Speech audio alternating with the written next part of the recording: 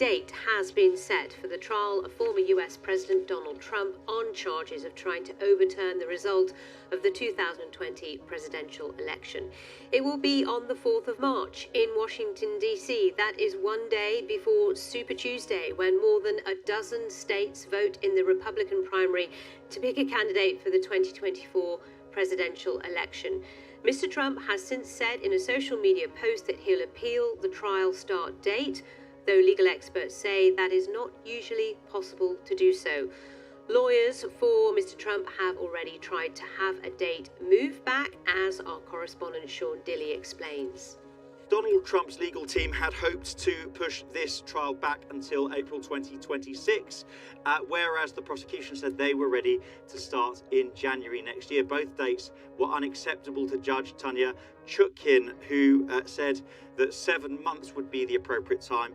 The defendant was entitled to reasonable time to prepare, but that's not unlimited. Now, the trial has been set for the 4th of March. It's always possible with any trial that could slip for some reason, but at the moment that would be scheduled for the day before Super Tuesday, when various huge states, including California, go to the polls to vote for their favoured candidate for the Republican Party and Democrat Party nominee. In other words, the candidates who are going to face off for the White House next year. Donald Trump hit back pretty quickly on his own social media platform, Truth Social, and he said that he'd be appealing the decision. He called the judge in the case biased and Trump-hating, and he suggested that she and Jack Smith, the lead prosecutor in this case, were attempting to interfere with the election. This is just one of 4 criminal cases Donald Trump has on at the moment.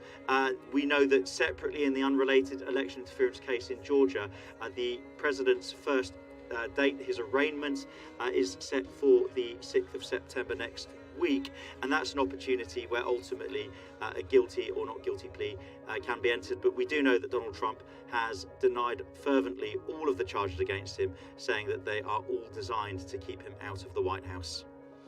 Sean Dilley there, who's in Washington for us. Well, I also talked to Eric Schickler, who's Professor of Political Science and co-director of the Institute of Governmental Studies at the University of California, Berkeley, and he told me what he made of this date, March the 4th.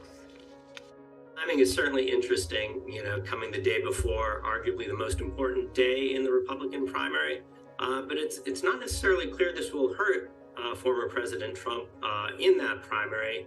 It draws attention to him. It focuses attention on what he has claimed to be the abuses by the Biden administration, which, while many are skeptical of, a lot of Republican primary voters believe. But in the weeks ahead of Super Tuesday, he will be involved, won't he, in this trial if it does kick off on March 4th? I mean, whether he likes it or not, he'll have to focus his attention on that. Yeah, I mean, there's no question it's an incredible distraction for him as a candidate. On the other hand, this is somebody who's already, incredibly well known. Voters have really firm opinions about him.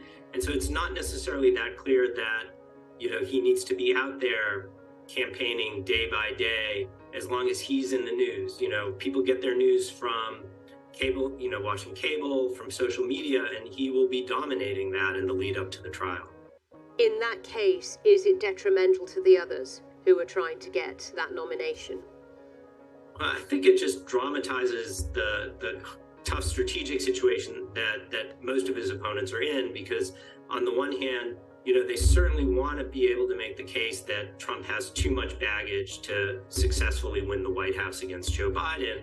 On the other hand, for the most part, candidates like DeSantis really do not want to alienate Trump's supporters by seeming to lend any legitimacy to these prosecutions. Many are, of course, analysing this. What does it mean for the 2024 election in the United States, etc., etc.? There's a lot of conversation about those who are undecided, those in the middle, i.e. those who are not supporting Trump and those who are not necessarily supporting Biden. They're going to make their mind up next year. How does all this going on, all these trials, etc., impact those voters, do you think? Well, I mean, I think that it's much more likely to have an effect in November with these kinds of swing voters than it would in a Republican primary. That's where literally 2-3% of voters, deciding essentially this is just too much trouble, too much noise, to have another 4 years of it, that could really be decisive in what many expect to be a close election. Eric Schickler there, Professor of Political Science from the University of California, Berkeley, with his take on that story. So much more on our website. Do take a look. It's really interesting reading.